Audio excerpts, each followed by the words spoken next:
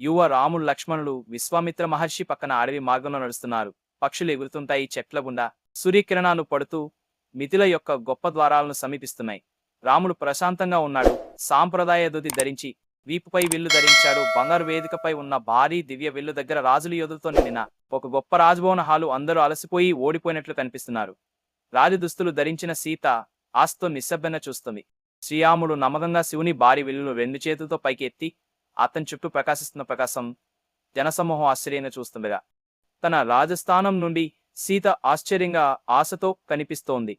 ఉరుములు మెరుపులతో కూడిన భారీ విల్లు రెండుగా విరిగిపోయిన ఒక గొప్ప దివ్యాక్షణం. ఒక మొక్క పట్టుకుని రాముడు నిశ్చలంగా నిలబడి ఉన్నాడు. అతని కింద నేల తేలికగా పగిలిపోయింది. అందరూ షాక్ అయ్యారు. ఆకాశం నుండి పువ్వులు వర్షం కురుస్తుండగా దైవికాంతి వారిపై ప్రకాశిస్తుండగా సీత పూలమాల ధరించి భక్తితో ప్రేమతో రాముడి మెడలో వేస్తూ అందంగా నడుస్తుంది. రాముడు వినయంగా నవ్వుతున్నాడు. పూలు మరియు దీపాలతో అలంకరించబడిన సాంప్రదాయ మండపంపై శ్రీరాముడు సీత కూర్చుని మంత్రాలు జపిస్తున్న ఋషులు రాజులు రాణులు ఆనందంతో చూస్తున్న గొప్ప వివాహ దృశ్యం. పక్కపక్కనే నిలబడి ఉన్న 4 జంటలు రాముడు సీత లక్ష్మణులు ఊర్మిళ భరతుడు మాండవి శత్రుఘ్న శృతికీర్తి అందరూ వివాహ దుస్తుల్లో సంతోషకరమైన చిరునవ్వులతో నేపథ్యంలో సాంప్రదాయ అలంకరణతో ఉన్నారు. బ్రహ్మ విష్ణు శివుడు వంటి దేవుళ్ళు దేవతల పైన మేఘాల నుండి పువ్వులు ఆశీర్వాదాలను కురిపిస్తున్నారు. రాముడు సీత కలిసి నమస్తేస్తూ వారి దైవిక ప్రకాశం